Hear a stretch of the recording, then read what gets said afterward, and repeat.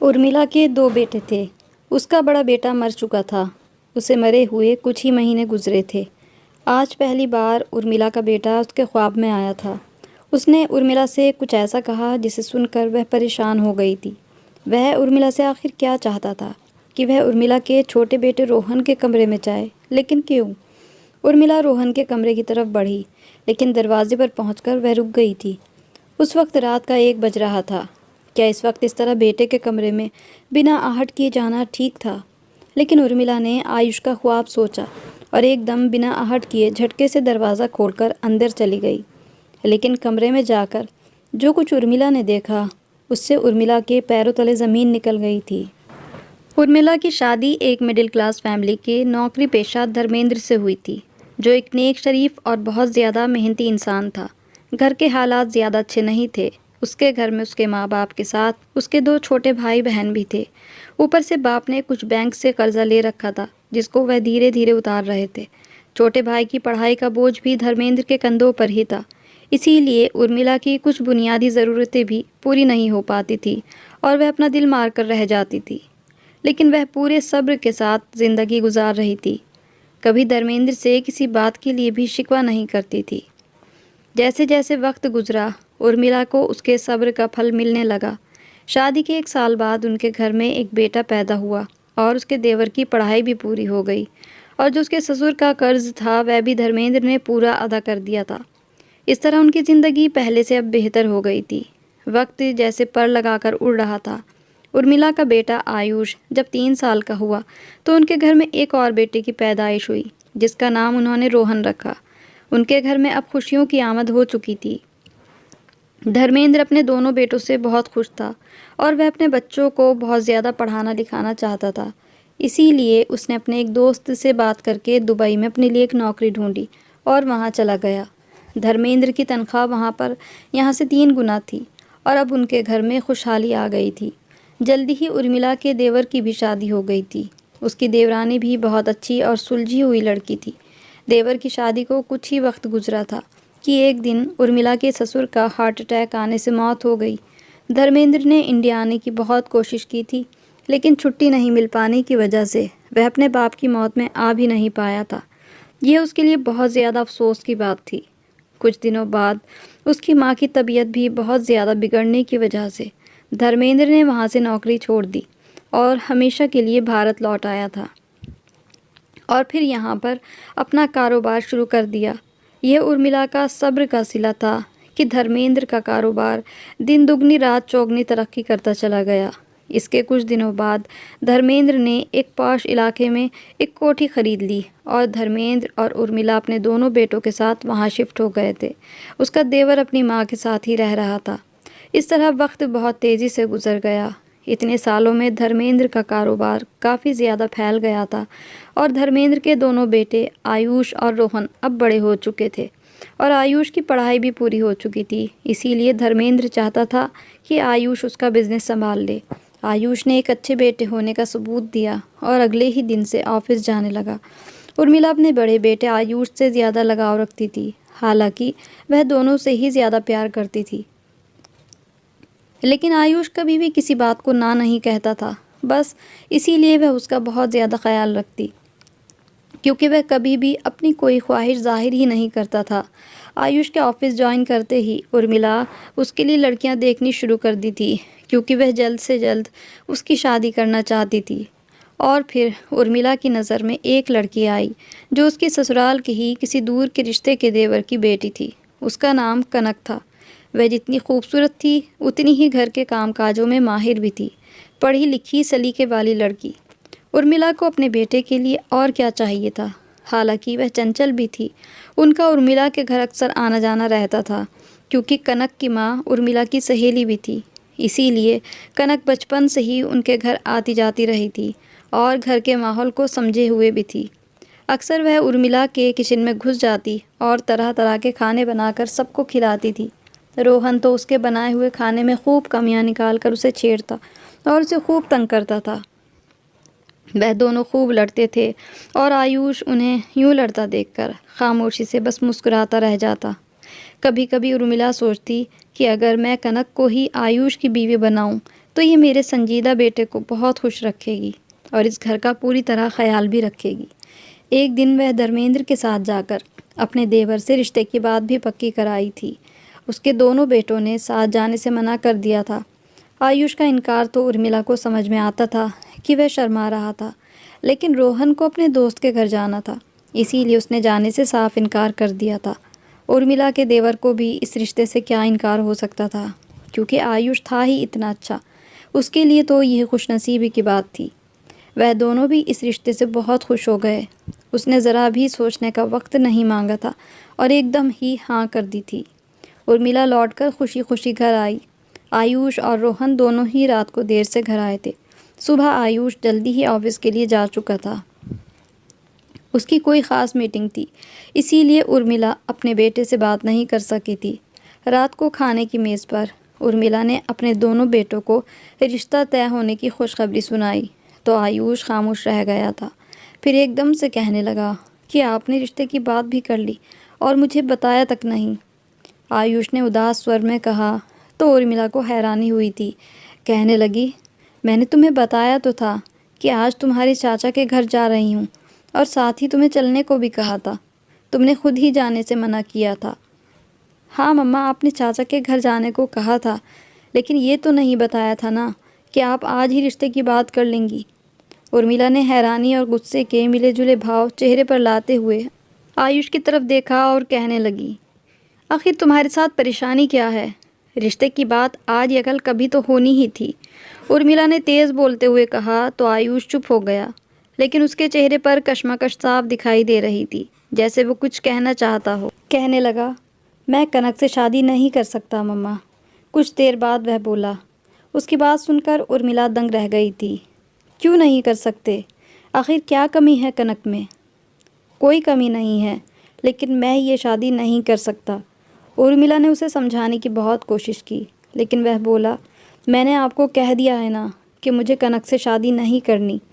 आपको मेरी बात समझ क्यों नहीं आती? अगर आपको वह इतनी ही पसंद है तो आप रोहन के साथ उसकी शादी करा दीजिए। आयुष ये कहकर पांव पटकते हुए अपने कमरे में चला गया था। उर्मिला आयुष की इस बदतमीज़ी पर हैरान रह गई थी। बचपन से बड़े होने तक आयुष ने कभी भी अपनी माँ के साथ ऐसे बात नहीं की थी। वह अपने माँ बाप की बहुत ज़्यादा इज्जत करता था। न जाने ऐसी क्या वजह थी कि आज एकदम वह इतना गुस्से में आ गया था और चीख पड़ा था। उर्मिला को शक था कि ज़रूर कनक से शादी के इनकार की वजह कोई और थी। आयुष किसी वजह से काफ़ी परेशान था, लेकिन क्या वजह हो सकती है जिसने आयुष को इतना ज़्यादा परेशान कर दिया था? उर्मिला सोच में डूब गई थी। सुबह होते ही आयुष उर्मिला के कमरे में आ गया। वह अपनी रात वाली हरकत पर शर्मिंदा था और अपनी माँ से माफ़ी मांग रहा था। उर्मिला ने देखा था कि उसकी आंखें लाल थी, शायद वह रात को ठीक से सोया नहीं था। बेटा, तुम मुझे साफ साफ बताओ, आखिर इस रिश्ते से तुम्हें क्या परेशानी है? मैंने तो 1 महीना पहले ही कनक से तुम्हारी शादी का जिक्र किया था, तब तो तुमने कोई एतराज़ नहीं किया था। अगर तुम्हें उससे शादी नहीं करनी थी तो उस वक्त मुझे बता देते। मम्मा, उस वक्त मुझे लगा था कि शायद आप वैसे ही बात कर रही हो। बात असल में ये है कि मैं अपनी क्लास फेलो को पसंद करता हूँ। आयुष ने बताया था कि वह यूनिवर्सिटी में एक लड़की को पसंद करता है और वह लड़की उसकी क्लास फेलो रह चुकी है। आयुष उस लड़की से शादी करना चाहता था। उर्मिला को आयुष की बात पर ज़्यादा हैरानी नहीं हुई थी। उसका अपना भी यही ख्याल था। न जाने क्यों उर्मिला को उस अनदेखी लड़की से नफ़रत महसूस हो रही थी, जिसने शादी से पहले ही आयुष को उसके ख़िलाफ़ कर दिया था, और उसकी खातिर ही आयुष ज़िंदगी में पहली बार अपनी माँ के साथ बदतमीज़ी पर उतर आया था। शादी के बाद तो न जाने वह अपनी माँ का और इस घर का क्या हाल करता। उर्मिला अपनी बेटी की बात सुनकर खामोश हो गई थी। अच्छा, वह लड़की कौन है? कहाँ रहती है? मुझे इससे मिलवाओ तो। अगर वह मुझे तुम्हारे और अपने घर के लायक लगी तो फिर सोचेंगे उसके बारे में। उर्मिला ने आयुष से कहा तो वह उदासी से मुस्कुराया था। मम्मा, सारा 5 साल तक शादी नहीं कर सकती क्योंकि वह यतीम है और उसके सर पर अपने छोटे बहन भाइयों की जिम्मेदारी है। इसीलिए जब तक उसका भाई किसी काबिल नहीं हो जाता तब तक वह अपनी शादी के बारे में सोच भी नहीं सकती। आयुष ने बताया तो उर्मिला ने सर पकड़ लिया था। और तुम इतने साल उसका इंतज़ार करोगे? जी मम्मा, मैंने सारा से वादा किया है कि हमेशा उसका इंतज़ार करूँगा और मैं अपना वादा तोड़ नहीं सकता। इसीलिए आप मेरे रिश्ते के लिए मना कर दें। उर्मिला को अपने बेटे आयुष पर गुस्सा आ रहा था। वह इतना बेवकूफ़ था कि बड़ी आराम से उस लड़की की बातों में आ गया था और अपनी ज़िंदगी के कीमती साल बर्बाद करने पर तुला बैठा था। उर्मिला आयुष की इस बेवकूफ़ी में उसका साथ हरगिज़ नहीं देने वाली थी। उसने अपने देवर से जल्दी शादी की तारीख ले ली थी और चोरी छुपे शादी की तैयारियां भी शुरू कर दी थी। उर्मिला सभी कुछ बहुत खामोशी से कर रही थी। उसने अपने छोटे बेटे रोहन को भी इसके बारे में पता नहीं होने दिया था कि उसने आयुष की शादी की तारीख पक्की कर दी है। उसे डर था कि कहीं वह आयुष को सच ना बता दे। आयुष को तसल्ली थी कि उसकी माँ ने शादी का इरादा बदल दिया था और उसकी बात मान ली है। शादी से एक दिन पहले घर की सजावट और मेहमानों के आना शुरू हुआ तो दोनों बेटे चौंक गए थे। ये सब क्या हो रहा है मम्मा? आयुष ने उर्मिला के कमरे में आकर हैरानी से पूछा था। कल तुम्हारी शादी है मेरे बेटे। मैंने आपको मना किया था ना, फिर आप ऐसा कैसे कर सकती हैं? आयुष ने गुस्से से जवाब दिया। तुम्हारी पसंद की हुई लड़की को शादी करने में पता नहीं कितने साल लगेंगे, और अगर उस दौरान उसका इरादा बदल गया, उसको कोई और मिल गया या उसके घर वाले ही न माने तुमसे शादी के लिए, तो फिर क्या करोगे? उर्मिला ने भी गुस्से में आयुष से कहा, देखो बेटा, मैं तुम्हें अपनी ज़िंदगी के कीमती साल बर्बाद नहीं करने दूंगी। यह सरासर बेवकूफ़ी है, इसीलिए मैंने ये फ़ैसला किया है। मेरा ये फ़ैसला तुम्हारे बेहतर फ्यूचर के लिए है। मैं तुम्हारी माँ हूँ, तुम्हारी दुश्मन नहीं हूँ। अब तुम जाओ और खुशी खुशी दूल्हा बनने की तैयारी करो। अगर तुम्हें अपनी माँ से प्यार है तो इतने मेहमानों की मौजूदगी में मुझे शर्मिंदा मत होने देना। आयुष का चेहरा सफ़ेद पड़ गया था, लेकिन वह खामोश बैठा रहा। उर्मिला ने आयुष को अपनी ममता और इज़्ज़त का वास्ता देकर मजबूर कर दिया था, इसीलिए उसे हर हाल में अपनी माँ की बात माननी पड़ी। आयुष की बारात बड़ी धूमधाम से गई थी। शाम तक उर्मिला कनक को अपनी बहू बनाकर अपने घर ले आई थी। आज खुशी का दिन था। आयुष परेशान लग रहा था। उर्मिला को उम्मीद थी कि कुछ ही दिनों में वह कनक के साथ अपनी पुरानी पसंद की हुई लड़की को भूल जाएगा। गुस्सा तो उर्मिला को अपने छोटे बेटे रोहन पर आ रहा था। उसका मूड तो आयुष से भी ज़्यादा ख़राब था। ज़रूर उसको सारा के बारे में सब पता था, लेकिन उसने ये बात उर्मिला से छुपाई थी। अब भाई की वजह से वह भी मुंह बनाए बैठा था। उसको तो मैं बाद में देखूंगी, उर्मिला ने दिल ही दिल में सोचा। आयुष का मूड ख़राब होने की वजह से उर्मिला ने ज़्यादा रस्में भी नहीं की थी। आयुष अपने दोस्तों के साथ ड्राइंग रूम में बैठा था। उर्मिला ड्राइंग रूम की तरफ आई थी, लेकिन ड्राइंग रूम खाली था। नौकर ने बताया कि आयुष साहब तो गाड़ी लेकर बाहर निकले हैं। उर्मिला को आयुष की इस हरकत पर बहुत गुस्सा आया था। भला ये कौन सा वक्त था घर से बाहर जाने का? उर्मिला वहीं खड़ी होकर आयुष के लौटने का इंतज़ार करने लगी। उसे इंतज़ार करते करते काफ़ी देर हो गई थी। अब उर्मिला का गुस्सा परेशानी में बदलने लगा था। पता नहीं आयुष कहाँ रह गया था। अचानक कमरे से धर्मेंद्र भागते हुए आए थे। उनके चेहरे पर हवाइयाँ उड़ी हुई थी। क्या हुआ? आप इतने परेशान क्यों हैं? उर्मिला ने धर्मेंद्र से पूछा तो उन्होंने बताया कि अस्पताल से फ़ोन आया है। आयुष का एक्सीडेंट हो गया है। यह सुनकर उर्मिला सन्न रह गई थी। यह सुनकर उसकी आंख से आंसू भी न गिर सके थे। वह तो जैसे बुद्ध बनी खड़ी रह गई थी। अब उसे अपनी समझदारी, अपनी बेवकूफ़ी और ज़िद लग रही थी कि उसकी ज़िद ने आज उसके बच्चे को इस हाल पर पहुंचा दिया था। धर्मेंद्र उसे अंदर ले गए और सोफे पर बिठाया तो वह चीखें मार मार कर रोने लगी थी।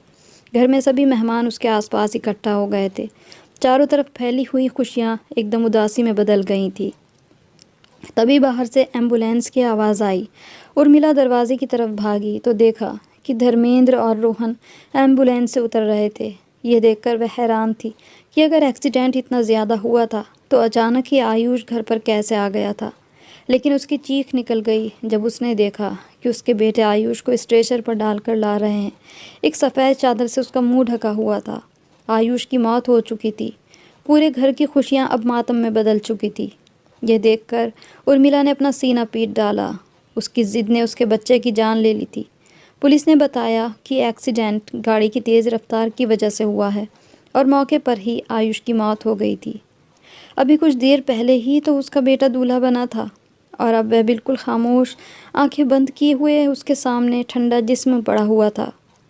उर्मिला दुख और सदमे की वजह से कभी अपने बाल नोचती थी और कभी अपने गालों को हाथों से पीटती थी।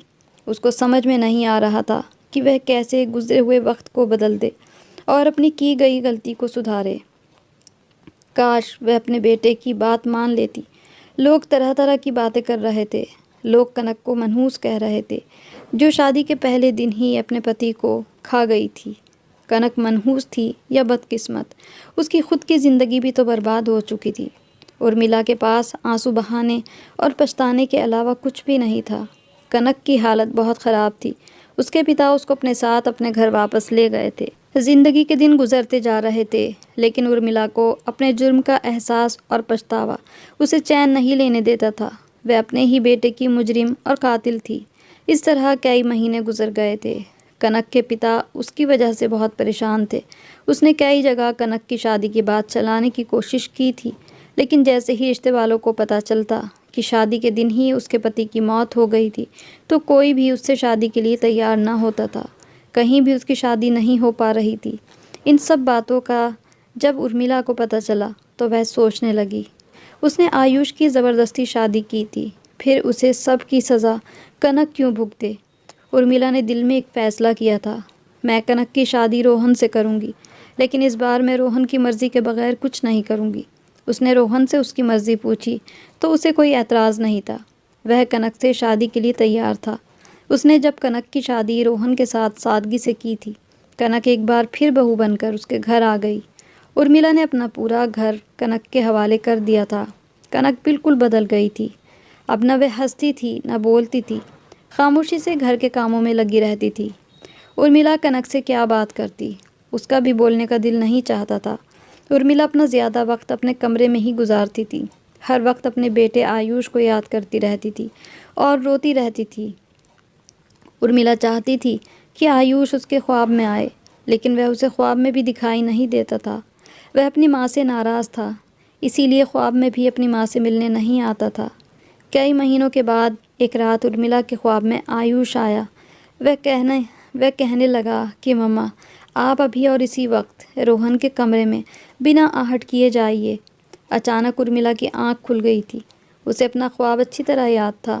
वह आयुष की बात पर ध्यान करने लगी।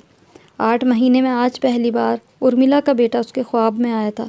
वह उर्मिला से क्या चाहता था कि वह रोहन के कमरे में जाए, लेकिन क्यों? उर्मिला रोहन के कमरे की तरफ बढ़ी, लेकिन दरवाजे पर पहुंचकर वह रुक गई थी। उस वक्त रात का 1 बज रहा था। क्या इस वक्त इस तरह बेटे के कमरे में बिना आहट किए जाना ठीक था? लेकिन उर्मिला ने आयुष का ख्वाब सोचा और एकदम बिना आहट किए झटके से दरवाज़ा खोलकर अंदर चली गई। लेकिन कमरे में जाकर जो कुछ उर्मिला ने देखा, उससे उर्मिला के पैरों तले ज़मीन निकल गई थी। कनक नीचे ज़मीन पर बैठी लगातार रो रही थी, जबकि रोहन सोफे पर बैठा था। कनक के बाल रोहन की मुट्ठी में थे। उर्मिला को यूं अचानक कमरे में देखकर रोहन घबरा गया। वह कमरे का मंजर देखकर दंग रह गई थी। ये सब क्या है रोहन? क्यों मार रहे हो तुम कनक को? उर्मिला ने गुस्से से पूछा। क्योंकि मैं इससे बहुत ज़्यादा नफ़रत करता हूँ। क्या कसूर है इसका? इसका मामा आपको पता चलेगा तो आप भी इससे नफ़रत करेंगी। ये मेरे भाई की कातिल है। रोहन की बात सुनकर उर्मिला का दिल धड़कना ही भूल गया था। ये क्या कह रहे हो रोहन? ये तुम्हारे भाई की कातिल कैसे हो सकती है? रोहन ने जो कुछ बताया वह सब सुनकर उर्मिला के होश उड़ गए थे। रोहन ने बताया कि ये मुझको पसंद करती थी और ये मुझसे शादी के ख्वाब देखने लगी थी।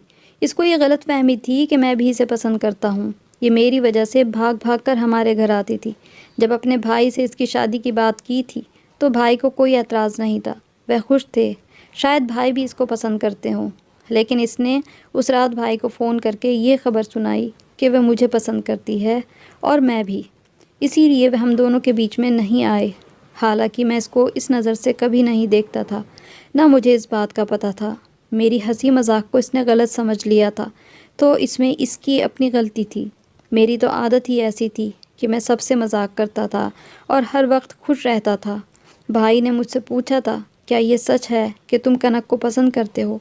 मैंने साफ मना कर दिया था, लेकिन इसने भाई को यकीन दिलाया था कि मैं झूठ बोल रहा हूँ। इसने कुछ झूठी बातें और तस्वीरें तक भाई को भेजी। वह सब देखकर भाई गुस्से में और उन्होंने मुझे खूब बुरा भला कहा। कहने लगे मैं झूठ बोल रहा हूँ और कनक को धोखा दे रहा हूँ। भाई आपको सब कुछ बताना चाहते थे, लेकिन इसने ही उन्हें मना किया था। कि आपको कुछ भी ना बताएं, उसकी बदनामी हो जाएगी। भाई ने कनक से वादा किया था कि वह मेरी शादी इससे करवाएंगे, इसीलिए उन्होंने अपनी झूठी मोहब्बत की कहानी भी आपको सुनाई थी। भाई किसी से भी मोहब्बत नहीं करते थे, ना ही कोई ऐसी लड़की उनकी ज़िंदगी में थी। वह तो इससे शादी से बचने के लिए आपसे झूठ कह रहे थे, लेकिन मम्मा, आपकी ज़िद की वजह से भाई को इससे शादी करनी पड़ी। वह अपना वादा पूरा ना कर सके। शादी से एक दिन पहले की रात कनक ने फ़ोन पर उनको बहुत बातें सुनाई थी। उन्हें अपनी खुशियों का कातिल और भाई की खुशियों पर डाका डालने वाला कहा था, और न जाने क्या क्या कहा था। भाई उस रात बहुत परेशान थे। भाई मुझसे भी नाराज़ थे। वह मुझसे बात नहीं कर रहे थे। उनका कहना था कि एक लड़की इतनी बड़ी बात झूठ कैसे कह सकती है। भाई मुझ पर किसी भी तरह यकीन नहीं कर रहे थे और वह खुद को गुनाहगार समझने लगे थे। इसीलिए शादी की रात वह घर से चले गए थे। वह कनक का सामना नहीं करना चाहते थे और दिमागी तौर पर परेशानी की वजह से उनकी गाड़ी का एक्सीडेंट हुआ था। मैं इससे नफ़रत करता हूँ। ये मेरे भाई और मेरे घर की खुशियों की कातिल है। इसीलिए मैंने इससे शादी की थी, ताकि इससे बदला ले सकूं। ना मैंने इसको बीवी का दर्जा दिया है और ना कभी दूंगा, बल्कि सारी ज़िंदगी इससे अपने भाई की मौत का बदला लेता रहूँगा। रोहन की बात सुनकर उर्मिला ने अपना सर पकड़ लिया था। तुमने मुझे एक बार भी ये सब कुछ बता दिया होता तो शायद ये सब कुछ ना हुआ होता। मैं क्या करता मम्मा? भाई ने मुझे आपकी कसम देकर मना किया था कि मैं आपसे कुछ ना कहूँ, क्योंकि वे नहीं चाहते थे कि यह बदनाम हो जाए। उन्हें इसकी इज्जत का कितना ख्याल था, और ये इतनी घटिया है कि इसने भाई को इतना परेशान किया और न जाने कितने झूठ बोले। ये मेरे भाई के कातिल है माँ। रोहन, गलती तो हम सब की है, पर सज़ा अकेले कनक ही क्यों भुगते? उर्मिला ने रोहन को अपना ख्वाब सुना दिया था। तुम्हारा भाई बहुत नेक दिल था। वह नहीं चाहता कि कनक को तुम तकलीफ़ दो। अगर हो सके तो उसे माफ़ कर दो, नहीं तो छोड़ दो। जब उसे माफ़ करने का हौसला हो तो वापस ले आना। उर्मिला ने कनक को वापस उसके माँ बाप के घर भेज दिया था। कनक को गए हुए कई महीने गुजर गए थे। उर्मिला अक्सर रोहन को समझाती रहती थी कि अब कनक अपनी गलती की सज़ा भुगत चुकी है, और इतने महीनों में रोहन के दिल में जो कनक के लिए मैल था वह भी साफ़ हो चुका था। एक दिन रोहन ने अपनी माँ से कहा कि वह कनक को वापस लाना चाहता है। उर्मिला कहने लगी कि मुझे कोई एतराज़ नहीं, जाने वाला तो जा चुका था। इसीलिए समझदारी यही थी कि सारे गिले शिकवे ख़त्म करके नए सिरे से ज़िंदगी की शुरुआत की जाए। इसीलिए रोहन कनक को वापस ले आया था। तो ये थी हमारी आज की कहानी। कहानी अच्छी लगी हो तो इसको लाइक और शेयर ज़रूर करें। हमें कमेंट करके बताएं ज़रूर आपको किस तरह की कहानियाँ पसंद हैं, और मेरे चैनल पर नए हैं तो इसको सब्सक्राइब ज़रूर कर लें। ऐसी ही कहानियों के साथ फिर मिलेंगे। तब तक के लिए goodbye and thanks for watching.